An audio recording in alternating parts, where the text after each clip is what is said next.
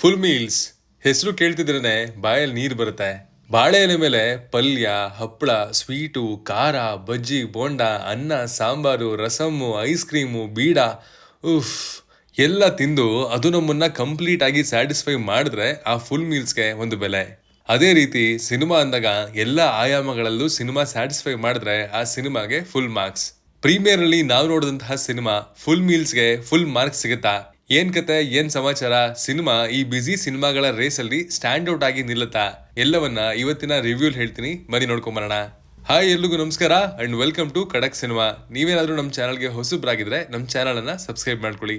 Full meals ಕತೆ ಶುರುವಾಗೋದು ನಮ್ hero ಲಕ್ಕಿಯಿಂದ. Lucky ಒಬ್ಬ ಮಿಡಲ್ ಕ್ಲಾಸ್ ವೆಡ್ಡಿಂಗ್ ಫೋಟೋಗ್ರಾಫರ್. ಇವನ್ಗೆ ತನ್ನದೇ ಕನಸುಗಳಿದ್ರು ಕಡ್ಲೆಪುರಿ ಕಟ್ಟೋ ಪೇಪರ್ ತರ ಮನೆ ಜವಾಬ್ದಾರಿಗಳು ಇವನನ್ನ ಸುತ್ತಕೊಂಡಿದೆ.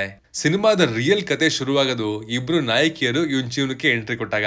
ಒಂದ್ ಕಡೆ ಖುಷಿ ರವಿ ಅವರ ಪಾತ್ರ ಕತ್ತಿ ಕಟ್ಟಿರುವಂತಹ ಬಂಗಾರದ ಸರ ತರ ತಕ್ಷಣ ಇಷ್ಟ ಆಗುತ್ತೆ, ಆದ್ರೆ ಸ್ವಲ್ಪ ಭಾರ. ಇನ್ನೊಂದ್ ಕಡೆ ತೇಜಸ್ವಿನಿ ಶರ್ಮಾ ಅವ್ರ ಪಾತ್ರ ಒಂದು ಲೋಟ ಬಿಸಿ ಬಿಸಿ ಕಾಫಿ ತರ ಸಿಂಪಲ್ ಆಗಿದ್ರು ಕಂಫರ್ಟ್ ಫೀಲ್ ಕೊಡುತ್ತೆ, ಆದ್ರೆ ಪ್ರತಿನಿತ್ಯ ಕುಡಿಯಕ್ಕಾಗಲ್ಲ. ಈ ಮೂವರ ನಡುವಿನ ಟ್ರಯಾಂಗಲ್ ಸ್ಟೋರಿ ಶುರುವಾಗೋದು ಟೇಬಲ್ ಮೇಲಿಟ್ಟಿರೋ ಚಾಟ್ಸ್ ತರ ನೋಡೋದಕ್ಕೆ ಕಲರ್ಫುಲ್ ಆಗಿದೆ, ಕ್ಯೂಟ್ ಅಂಡ್ ಫನ್ನಿ ಆಗಿದೆ.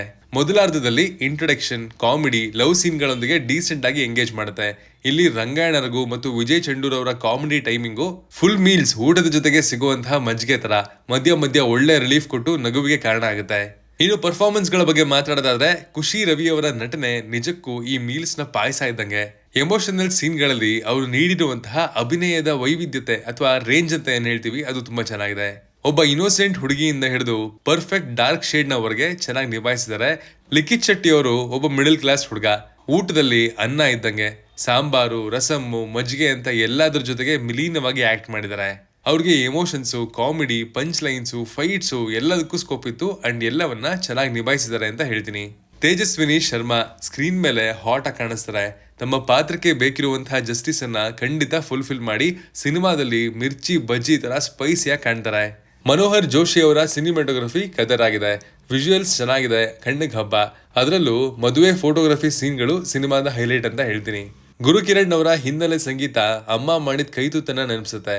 ಅವರ ಟ್ರೇಡ್ ಮಾರ್ಕ್ ಟ್ಯೂನ್ಗಳು ಸಿನಿಮಾಗೆ ಒಂದು ನಾಸ್ಟಾಲಜಿಕ್ ಫೀಲ್ ಕೊಡುತ್ತೆ ಅಂಡ್ ಇದನ್ನ ಗುರೂಜಿ ಬಿಟ್ರೆ ಬೇರೆ ಯಾರು ಮಾಡೋದಕ್ಕಾಗಲ್ಲ ಅನ್ನೋ ಫೀಲ್ ಅನ್ನ ಕೂಡ ನಮಗೆ ಮೂಡೋ ಹಾಗೆ ಮಾಡುತ್ತೆ.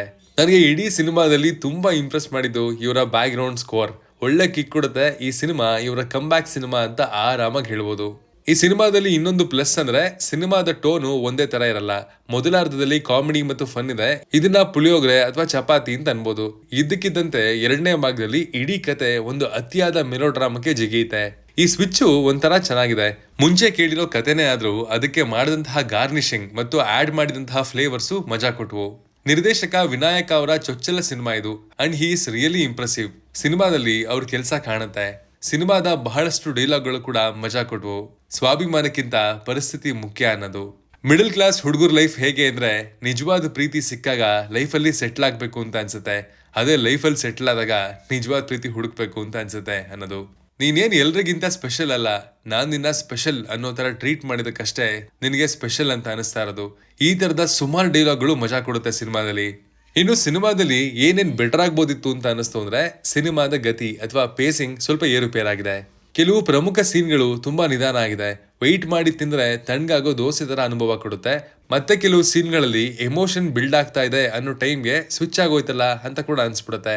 ಇನ್ನು ಪ್ರೀ ಕ್ಲೈಮ್ಯಾಕ್ಸ್ ಅಲ್ಲಿ ಬರುವಂತಹ ಫೈಟ್ ಸೀಕ್ವೆನ್ಸ್ ನ ಅವಶ್ಯಕತೆ ಮತ್ತು ಅಲ್ಲಿ ಇಂಟ್ರೊಡ್ಯೂಸ್ ಮಾಡುವಂತಹ ಪಾತ್ರಗಳು ನೀಟಾಗಿ ಟ್ರಾವೆಲ್ ಆಗ್ತಿದ್ದ ಎಮೋಷನಲ್ ರೈಡ್ ಅನ್ನ ಡಿಸ್ಟರ್ಬ್ ಖಂಡಿತ ಮಾಡ್ತು ಅಂತ ಹೇಳ್ತೀನಿ. ಬಟ್ ಸಿನಿಮಾದ ಕ್ಲೈಮ್ಯಾಕ್ಸ್ ಅವೆಲ್ಲವನ್ನ ಮರೆಸುವಂತಹ ಪ್ರಯತ್ನವನ್ನ ಜೆನ್ಯೂನ್ ಆಗಿ ಮಾಡುತ್ತೆ. ಖಡಕ್ ಆಗಿ ಹೇಳೋದಾದ್ರೆ ಫುಲ್ ಮೀಲ್ಸ್ ಒಂದು ಡೀಸೆಂಟ್ ಗುಡ್ ವಾಚ್ ಸಿನಿಮಾ ಅಂತ ಹೇಳ್ತೀನಿ. ಇಲ್ಲಿ ಸನ್ನಿವೇಶಗಳು ನಿಮ್ಮನ್ನ ನಗ್ಸುತ್ತೆ, ಎಮೋಷನಲ್ ಸೀಕ್ವೆನ್ಸ್ಗಳು ಕನೆಕ್ಟ್ ಆಗುತ್ತೆ. ಕಥೆಯ ಟೆಂಪ್ಲೆಟ್ ಹಳೆದಿದ್ರು ಅದಕ್ಕೆ ಹಾಕಿರುವಂತಹ ಲೇಪನ ಫ್ರೆಶ್ ಆಗಿದೆ. ಆವರೇಜಸ್ ಆಗಿ ಸ್ಟಾರ್ಟ್ ಆಗುವಂತಹ ಸಿನಿಮಾ ಒಳ್ಳೆ ನೋಟ್ ನ ಮೂಲಕ ಎಂಡ್ ಆಗಿ ಒಂದು ಸ್ಯಾಟಿಸ್ಫೈಯಿಂಗ್ ಫುಲ್ ಮೀಲ್ಸ್ ತಿನ್ನೋಂತಹ ಫೀಲಿಂಗ್ ಅನ್ನ ಕೊಡುತ್ತೆ ಅಂತ ಹೇಳ್ತೀನಿ. ನೀವೇನಾದ್ರೂ ಸಿನಿಮಾ ನೋಡಿದ್ರೆ ನಿಮ್ಗೆ ಹೇಗೆ ಅನಿಸ್ತು ಅನ್ನೋದನ್ನ ಕಮೆಂಟ್ ಮಾಡಿ ತಿಳಿಸಿ. Signing off, Manu.